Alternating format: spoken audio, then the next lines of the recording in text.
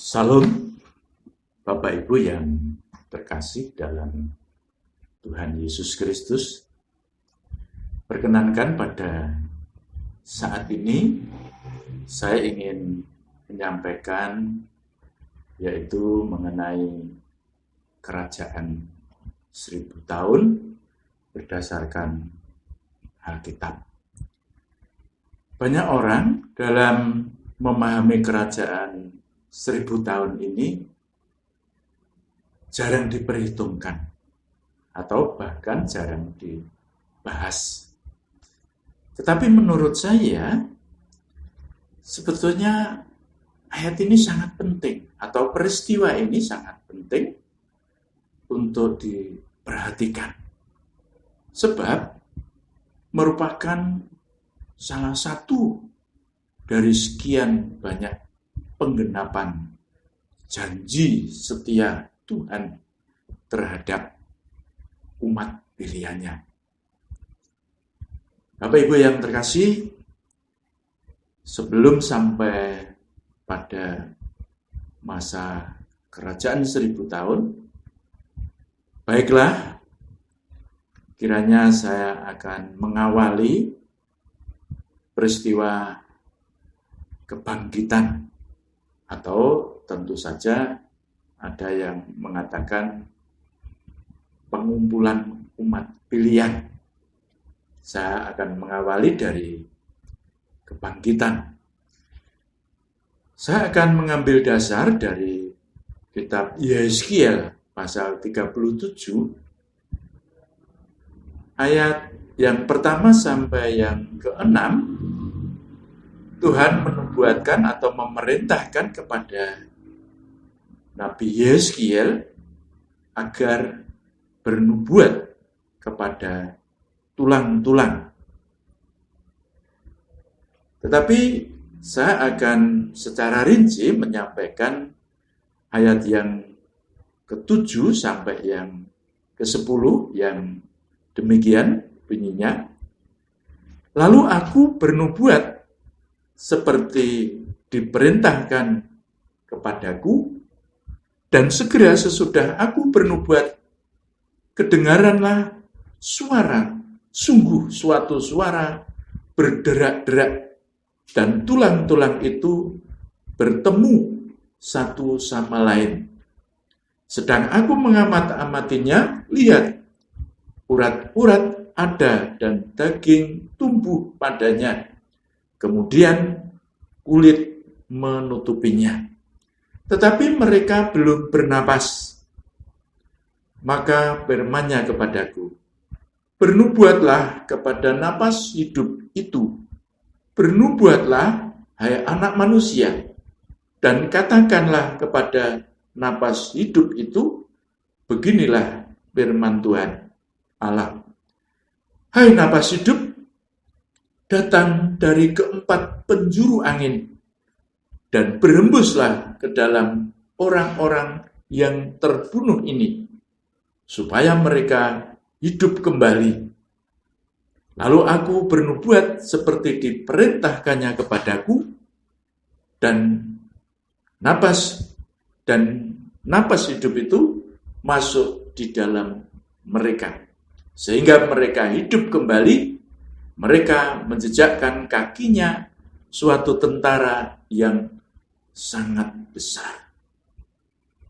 Jadi inilah peristiwa tentang kebangkitan itu.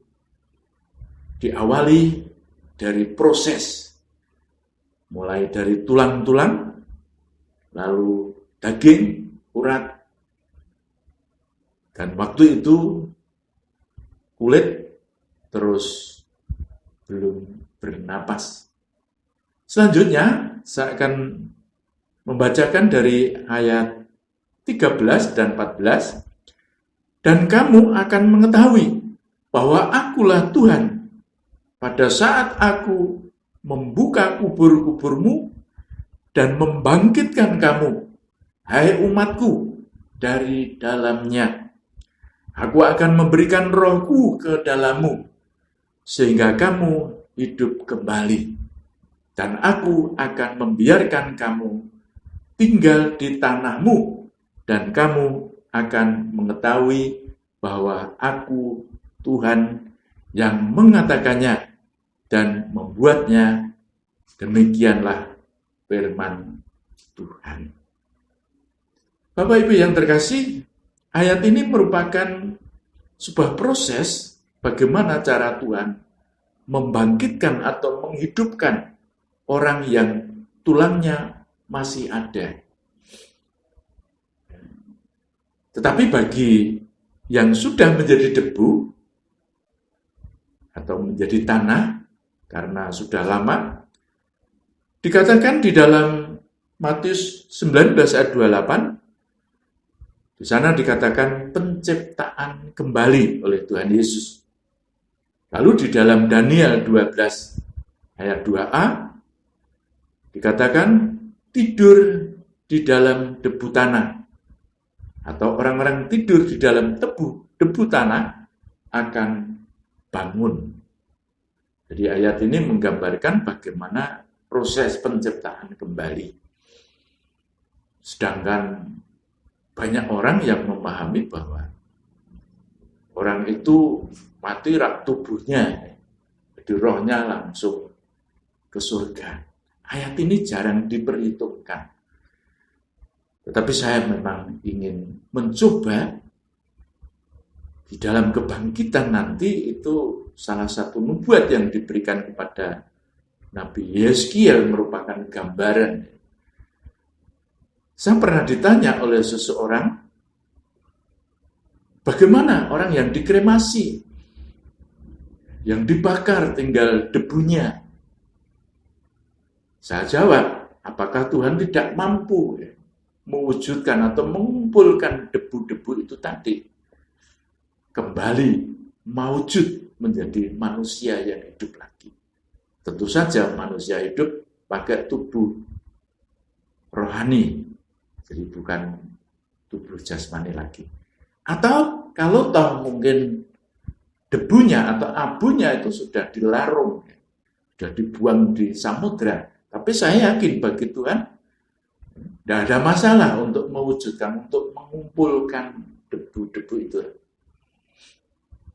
Tetapi yang paling penting di sini adalah untuk baik menerima upah di surga maupun hukuman di neraka nanti, debu-debu itu akan diwujudkan lagi dengan tubuh yang mulia bagi yang di surga, tetapi tubuh yang tersiksa, tidak bisa mati bagi yang di neraka.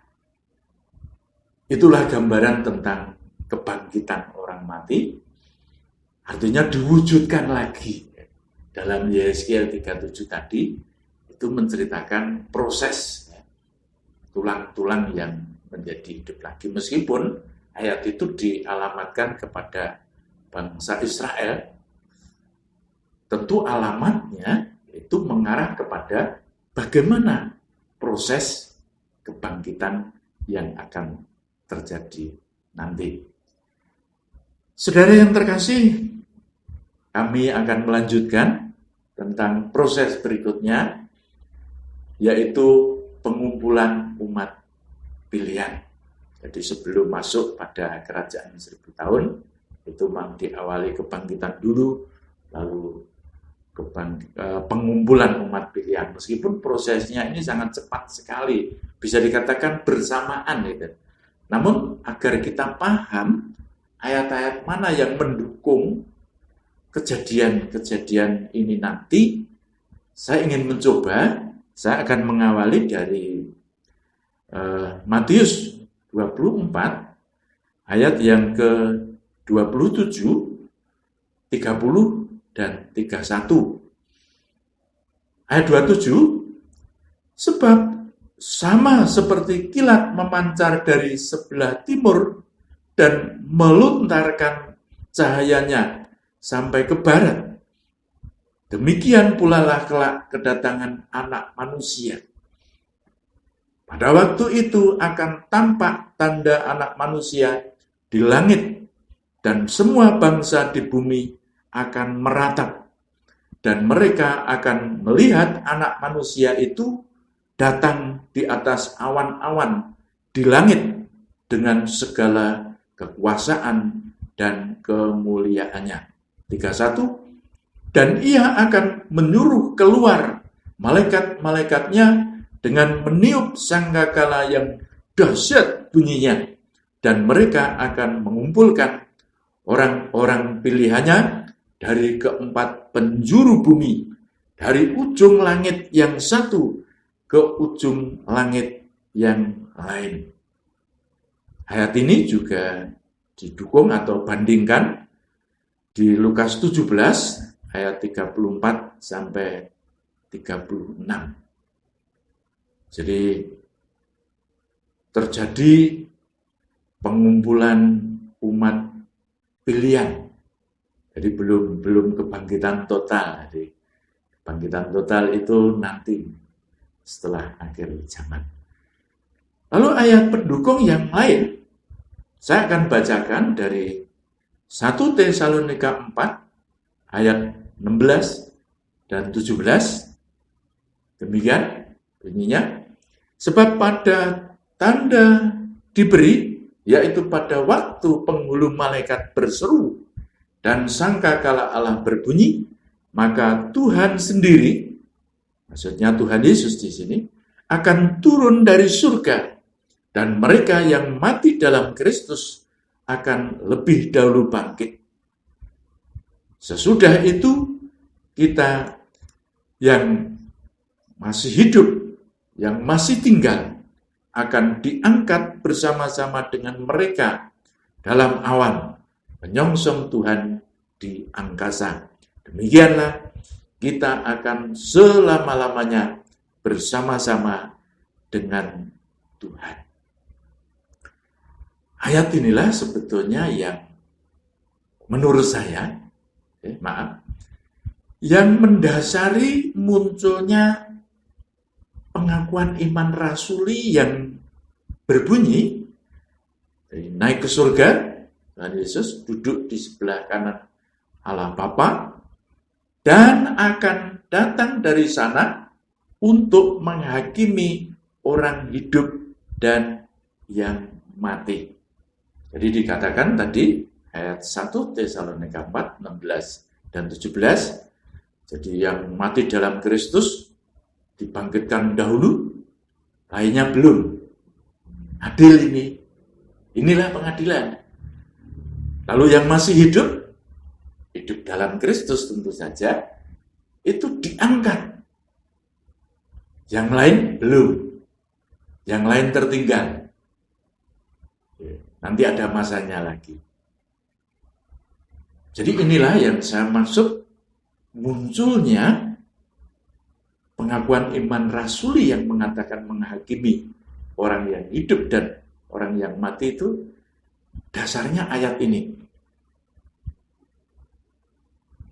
Perlu diketahui bahwa masih banyak orang memahami bahwa orang Kristen pengikut Kristus itu nanti masih diadili lagi. Wah ya, menurut saya sayang atau kasihan.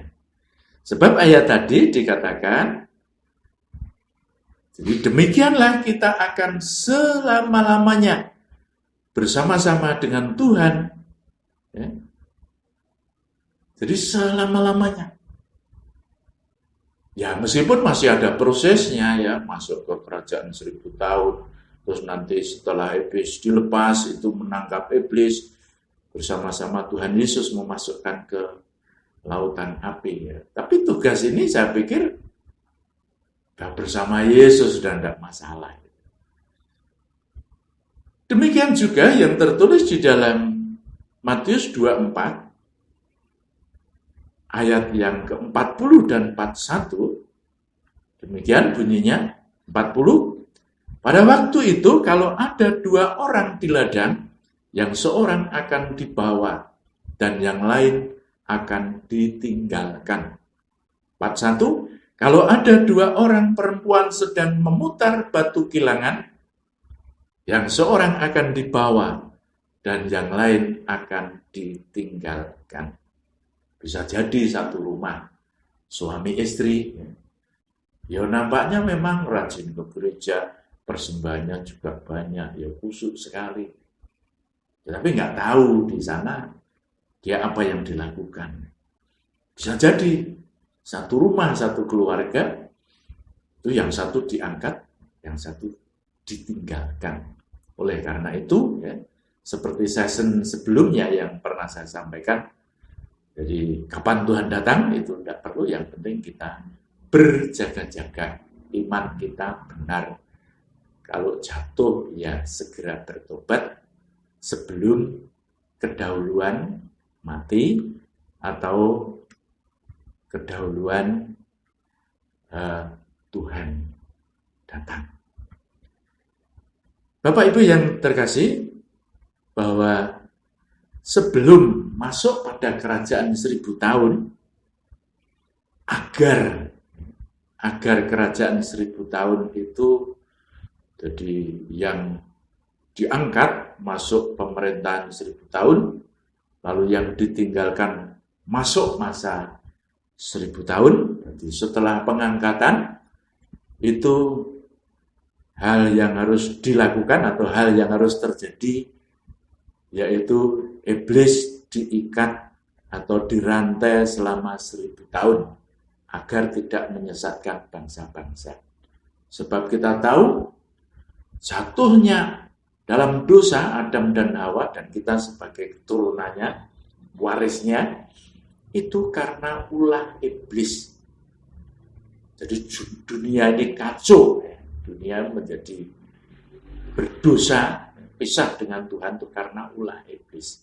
Nah, untuk masuk masa 1000 tahun atau masa kerajaan 1000 tahun, ini sebagaimana yang tertulis dalam Wahyu 20 ayat 1-3, jadi iblis harus ditahan dulu, harus dipenjara dulu, agar dunia tentram damai, pemerintahan kerajaan 1000 tahun, pemerintahan Tuhan Yesus dan pengikutnya itu bisa benar-benar dirasakan yang diperintah, yaitu tentram dan damai.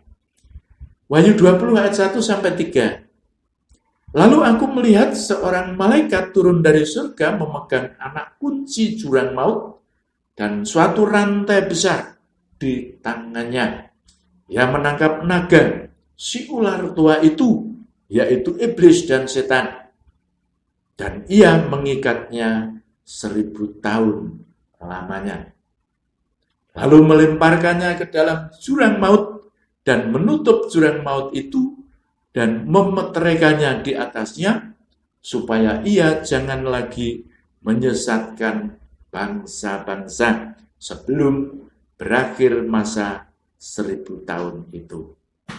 Kemudian daripada itu ia akan dilepaskan untuk sedikit waktu lamanya. Ya, di sini ditulis sedikit ya. Ada yang menafsirkan 3,5 tahun, ya. Ada yang menafsirkan 350 tahun, tapi secara spesifik ya kata-kata itu tidak ada. Jadi hanya dijelaskan akan dilepaskan untuk sedikit waktu lamanya. Untuk apa? Nah, itu nanti akan saya jelaskan berdasarkan ayat-ayat yang ada di sesi berikutnya. Bapak Ibu yang terkasih, setelah iblis dirantai, jadi orang-orang yang tertinggal ini banyak menafsirkan, wah langsung disiksa oleh iblis. Ya, yang monggo itu hak setiap orang. Tetapi saya memaknai, saya ingin mencoba berdasarkan ayat-ayat yang ada, bagaimana situasi atau apa yang dialami oleh orang-orang yang tertinggal. Ternyata istilah saya, orang-orang yang tertinggal tadi, itu diberi kesempatan untuk bertobat selama 1000 tahun. Kata lain, semua orang menjadi Kristen. Lalu dasar ayat-ayat mana yang mendukung pendapat itu? Saya akan mulai membaca dari Perjanjian Lama, Yesaya 11 ayat 5 sampai 10. Ayat ini pernah menjadi hafalan ayat ketika Natal tahun 60-70-an. Ini pernah menjadi ayat hafalan saya. Tetapi saya berpikir, ini kapan jadinya? Seperti apa? Yesaya 11 ayat 5 sampai 10. Demikian, ia tidak akan menyimpang dari kebenaran dan kesetiaan. Seperti ikat pinggang tetap terikat pada pinggang. Ayat 6, serigala akan tinggal bersama domba, dan macan tutul akan berbaring di samping kambing. Dan anak lembu dan anak singa akan makan rumput bersama-sama. Dan seorang anak kecil akan menggiringnya. Lembu dan beruang akan bersama-sama makan rumput, dan anaknya akan sama-sama berbaring. Sedang singa akan makan jerami seperti lembu. Anak yang menyusu akan bermain-main dekat liang ular tedung, dan anak yang cerai susu akan mengulurkan tangannya ke sarang ular beludak. Tidak ada yang akan berbuat jahat atau yang berlaku busuk di seluruh gunungku yang kudus. Sebab seluruh bumi, perhatikan, sebab seluruh bumi penuh dengan pengenalan akan Tuhan. Seperti air laut yang menutupi dasarnya.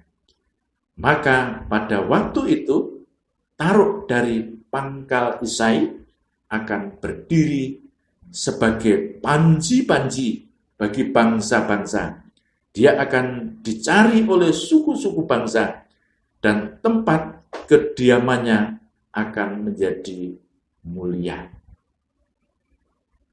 Bapak Ibu yang terkasih, ayat ini saya terbayang ketika Adam dan Hawa ditempatkan di Taman Firdaus. Dijelaskan di sana secara tafsir, Adam memberi nama dan digambarkan dalam sebuah gambar atau foto bahwa singa, anak sapi, anak lembu, beruang, dia berkumpul.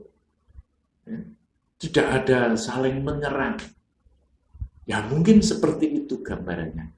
Lalu ayat 10 tadi, maka pada waktu itu Taruk dari pangkal Isai akan berdiri sebagai panji-panji bagi bangsa-bangsa. Ia akan dicari oleh suku-suku bangsa, dan tempat kediamannya akan menjadi mulia. Siapa Taruk dari pangkal Isai? Menurut saya adalah Tuhan Yesus sendiri. Dia akan menjadi panji-panji bagi bangsa-bangsa.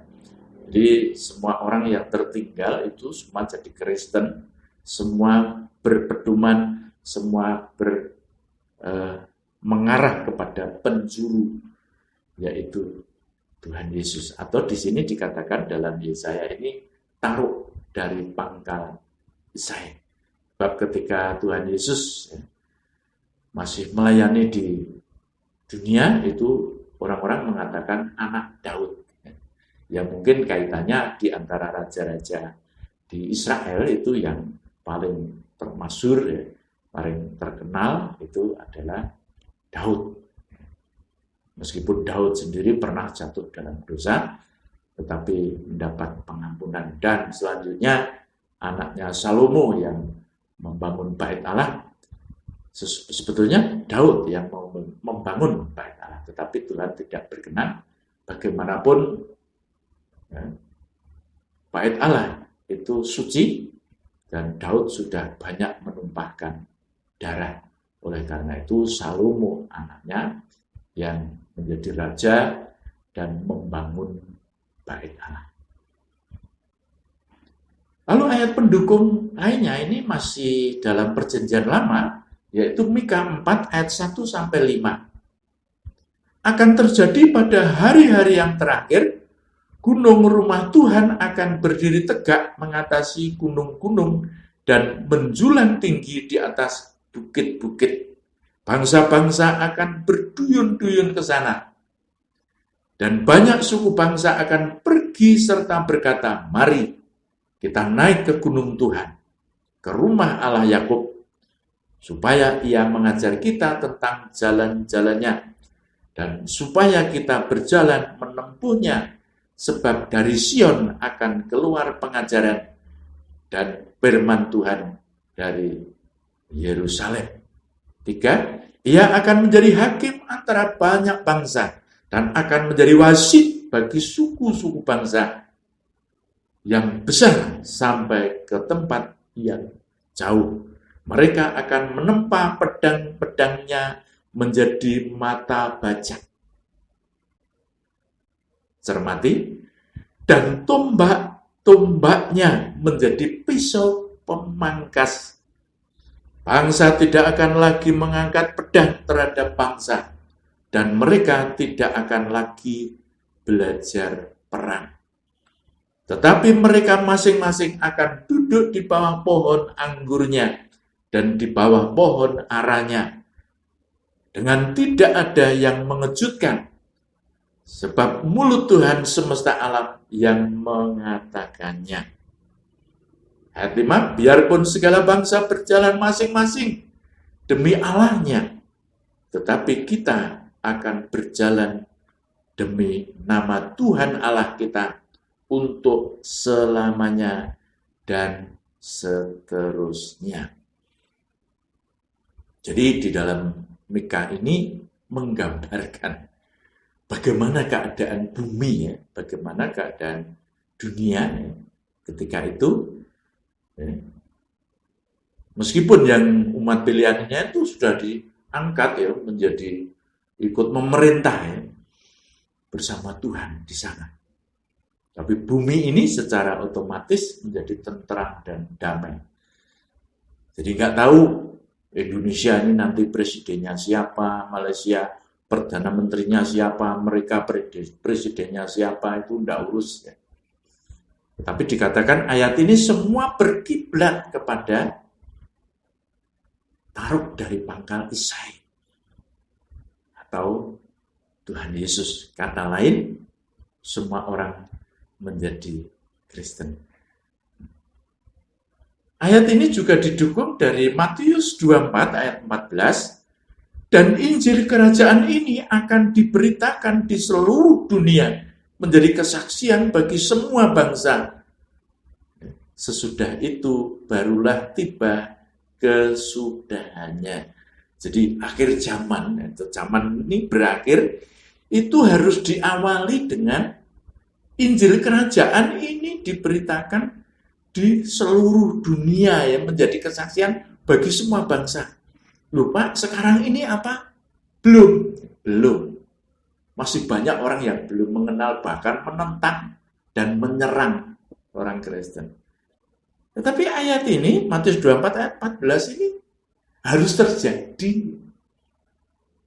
Lalu saya akan lanjutkan di Filipi 2, surat Paulus di Filipi 2 ayat 10 dan 11. Ini hampir sama dengan ayat tadi. Supaya dalam nama Yesus bertekuk lutut segala yang ada di langit dan yang ada di atas bumi dan yang ada di bawah bumi. Dan segala lidah mengaku Yesus Kristus adalah Tuhan bagi kemuliaan Allah Bapa.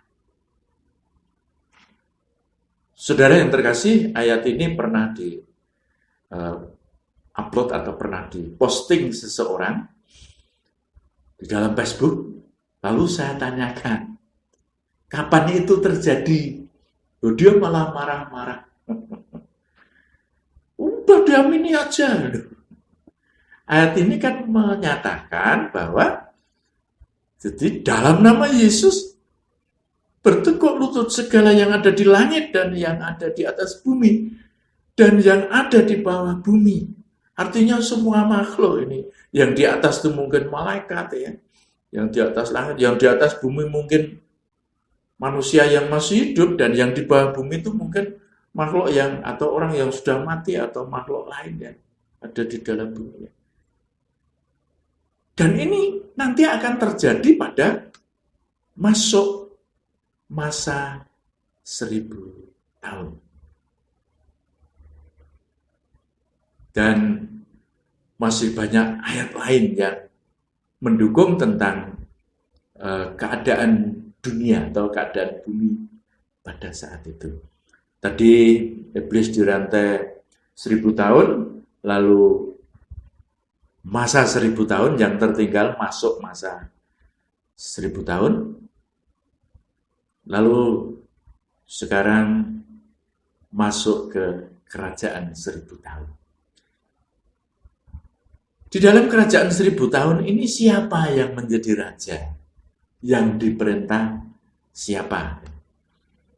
Nanti saya akan jelaskan. Memang dalam sesi sebelumnya saya mengatakan bahwa kerelatifan waktu pada saat nanti itu sangat relatif ya. Ya mungkin secara matematik ya, orang yang masuk masa 1000 tahun itu tetap 1000 tahun. Tetapi karena situasinya itu sangat damai, sangat tentram, karena iblis dirantai, ini mungkin rasanya sangat cepat sekali. Biasa kan orang kalau susah ya mungkin 1 hari itu rasanya ya 1000 tahun. Tetapi orang kalau gembira, sukacita ya mungkin waktu 1000 tahun itu rasanya juga seperti 1 hari gitu, cepat sekali. Saya menafsirkan bahwa ada ayat yang mendukung ini itu di Ronggo Warsito. Dalam bahasa Jawa, bebasan tengok-tengok nemu ketuk isi masak bokor mung tinumpuk. Jadi punya emas itu hanya ditumpuk, tidak perlu dijual. Dijual untuk apa?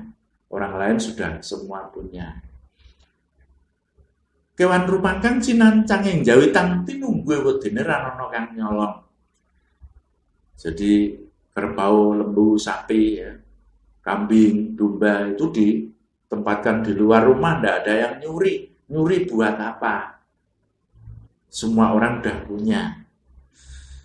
Kalau soal tanaman, jagung, padi, gandum, dan yang lain, itu ibarat disebar tanpa dipupuk, tanpa dirawat, sudah jadi panen. Karena penyakitnya tidak ada. Buah-buahan itu juga tidak ada penyakitnya.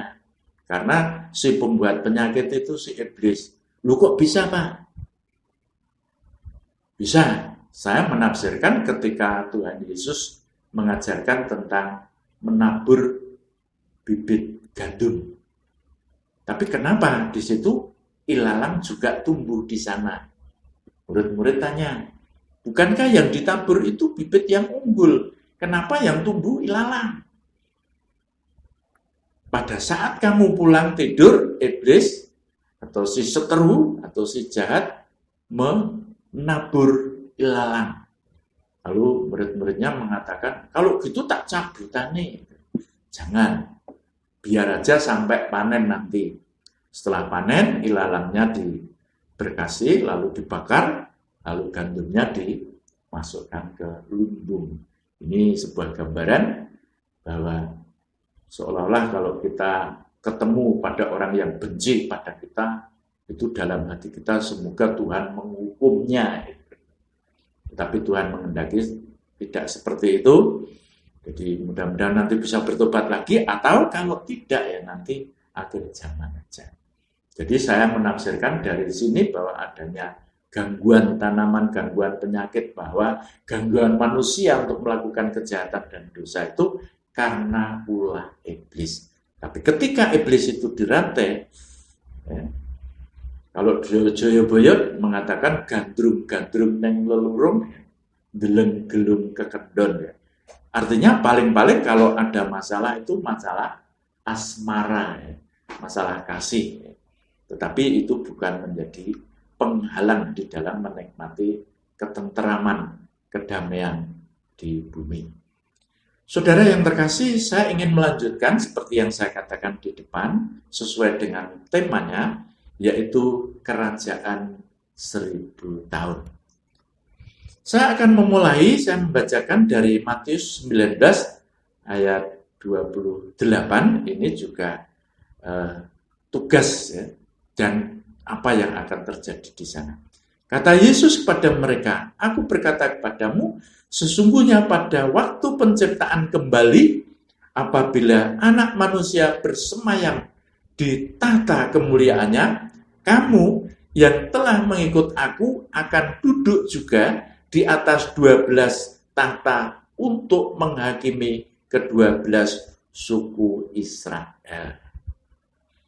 Ya, kenapa waktu itu yang dihakimi 12 suku Israel? Karena pemerintahan yang ada pada saat itu adalah bangsa Israel. Tetapi sesungguhnya ayat ini arahnya yaitu ke dunia. Seperti dalam Wahyu 16 kalau tidak salah, atau ada di sana, atau Wahyu 6 ya, tidak salah, itu ada orang yang dicap ya, itu jumlahnya 12.000 ya, sebab 12 kali 12 itu penafsiran ya, monggo. Tapi sebetulnya orang yang dipilih itu ya orang yang dipilih semua, yang ikut menjadi raja ya, duduk di tahta-tahta itu juga orang yang mengikut. Ada yang membantah, "Oh Pak, yang ikut memerintah menjadi raja tuh yang dipenggal, yang..." Siapa bilang? Kalau dasar ayat ini, yaitu mereka ya, "Aku berkata padamu, sesungguhnya pada waktu penciptaan kembali, apabila Anak Manusia bersemayam di tahta kemuliaannya, kamu yang telah mengikut aku." Jadi baik yang mungkin sudah dibunuh atau yang mati syahid, mati biasa ya, itu pokoknya yang sudah mengikut Yesus itu sudah punya bagian masing-masing ya, akan duduk juga di atas 12 tahta untuk menghakimi ke-12 suku Israel. Dan sekali lagi, karena waktu itu pemerintahan yang ada Israel, jadi agar murid-murid, utamanya Petrus waktu itu paham ya, makanya Israel dibuat contoh. Lalu dalam Yesaya 11 ayat 1-4a itu juga dijelaskan di sana, "Suatu tunas akan keluar dari tunggul Isai, dan taruk yang akan tumbuh dari pangkalnya akan berbuah. Roh Tuhan akan ada padanya, roh hikmat dan pengertian, roh nasihat dan keperkasaan, roh pengenalan dan takut akan Tuhan. Ya, kesenangannya ialah takut akan Tuhan. Ia tidak akan menghakimi dengan sekilas pandang saja atau menjatuhkan keputusan menurut kata orang, tetapi ia akan menghakimi orang-orang lemah dengan keadilan dan akan menjatuhkan keputusan terhadap orang-orang yang tertindas di negeri dengan kejujuran." Selanjutnya saya akan membacakan Lukas 1 ayat 32 dan 33. "Ia akan menjadi besar dan akan disebut Anak Allah yang Maha Tinggi, dan Tuhan Allah akan mengaruniakan kepadanya tahta Daud bapa leluhurnya, dan ia akan menjadi raja atas kaum keturunan Yakub sampai selama-lamanya, dan kerajaannya tidak akan berkesudahan." Jadi ini mengarah kepada Tuhan Yesus. Pemerintahnya tidak berkesudahan. Meskipun ayat ini ketika itu ya membingungkan gitu kan. Tetapi sekarang saya kira kita sudah bisa memahami ya, apa sebetulnya yang akan terjadi. Memang Yesus bisa dibilang Allah sendiri, dan pemerintahannya ya, tidak berkesudahan. Bahkan ada ayat yang mengatakan dalam Mazmur, yaitu pemerintahannya dari kekal ke kekal, berarti tanpa batas. Selanjutnya saya akan membacakan dari Lukas 22 ayat 29 dan 30. Dan aku menentukan hak-hak kerajaan bagi kamu, sama seperti Bapakku menentukannya bagiku, bahwa kamu akan makan dan minum semeja dengan aku di dalam kerajaanku, dan kamu akan duduk di atas tahta untuk menghakimi kedua belas suku Israel. Jadi ayat ini ada referensinya ya, ada korelasinya dari ayat sebelumnya tadi. Lalu 1 Korintus 15 ayat 25, karena ia harus memegang pemerintahan sebagai raja sampai Allah meletakkan semua musuhnya di bawah kakinya. Kalau menurut ayat ini, memang pemerintahan Tuhan Yesus itu ada batasnya. Kapan batasnya? Jadi berbagai ayat tadi yang kita bahas, jadi seperti penjahat yang menanyakan atau meminta kepada Tuhan Yesus, Yesus, jika engkau datang sebagai raja, dan kalau saya tambahin nanti, ingatlah akan aku. Lalu dikatakan, sesungguhnya aku berkata kepadamu, hari ini juga engkau bersama aku di Firdus. Nah, dari ayat ini, berarti Tuhan Yesus memerintah itu benar-benar menjadi raja, memerintah manusia yang di bumi itu ketika setelah pengangkatan atau pengumpulan umat pilihan, sampai 1 Korintus 15:25 ini, karena ia harus memegang pemerintahan sebagai raja sampai Allah meletakkan semua musuhnya di bawah kakinya. Ini kapan? Meletakkan musuhnya di bawah kakinya. Itu menurut saya itu di Wahyu 20 ayat yang ke-10. Jadi ketika Tuhan mengalahkan atau menangkap iblis, ya, itu iblis dengan malaikatnya itu, dengan pengikutnya yang telah menerima cap ya, di dahi dan di tangannya, itu dimasukkan ke neraka. Berdasarkan ayat ini sampai di situ. Tetapi kalau toh dikatakan Yesus memerintah itu sebagai raja kekal, itu artinya adalah Yesus itu Allah sendiri. Tetapi secara spesifik Tuhan menjadi raja dengan pengikutnya berdasarkan ayat-ayat ini, yaitu pada masuk kerajaan 1000 tahun itu. Lalu saya akan bacakan di Wahyu 3 ayat 21. Ayat ini juga mendukung. Barang siapa menang, ia akan kududukkan bersama-sama dengan aku di atas tahtaku, sebagaimana aku pun telah menang dan duduk bersama-sama dengan Bapakku di atas tahtanya. Jadi kita harus berjuang ya agar kita menang dalam menghadapi semua tantangan musuh, semua permasalahan, sehingga kita bisa dikatakan menang seperti Tuhan Yesus juga telah menang dan duduk bersama-sama dengan Bapakku di atas tahtaku.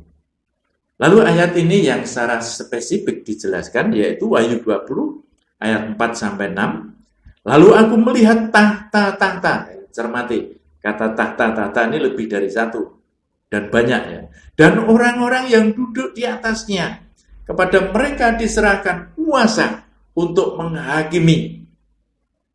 Aku juga melihat jiwa-jiwa mereka yang telah dipenggal kepalanya karena kesaksian tentang Yesus dan karena firman Allah, yang tidak menyembah binatang itu dan patungnya, dan yang tidak juga menerima tandanya pada dahi dan tangan mereka.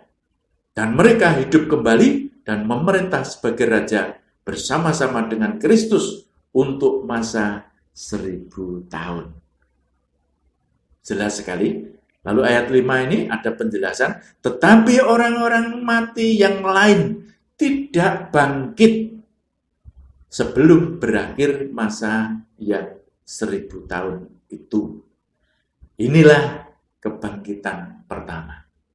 Ini menceritakan kebangkitan lalu menjadi raja ya, prosesinya seperti itu tadi. Ayat 6, berbahagia dan kuduslah ia yang mendapat bagian dalam kebangkitan pertama itu. Ya, jelas kebangkitan itu ada pertama dan kedua. Kematian yang kedua tidak berkuasa lagi atas mereka, tetapi mereka akan menjadi imam-imam Allah dan Kristus, dan mereka akan memerintah sebagai raja bersama-sama dengan Dia 1000 tahun lamanya. Demikianlah yang bisa saya sampaikan pada saat ini, agar bisa kita cermati, agar bisa kita renungkan bahwa masa 1000 tahun, masa kerajaan 1000 tahun, masa iblis dirantai 1000 tahun, itu sebetulnya terjadi secara bersama-sama. Namun beda. Oleh karena itu, dan nanti pada saatnya akan kami lanjutkan ke sesi yang lain, yaitu sesi kebangkitan terakhir atau penghakiman terakhir. Itulah yang bisa saya sampaikan dengan tema kerajaan 1000 tahun.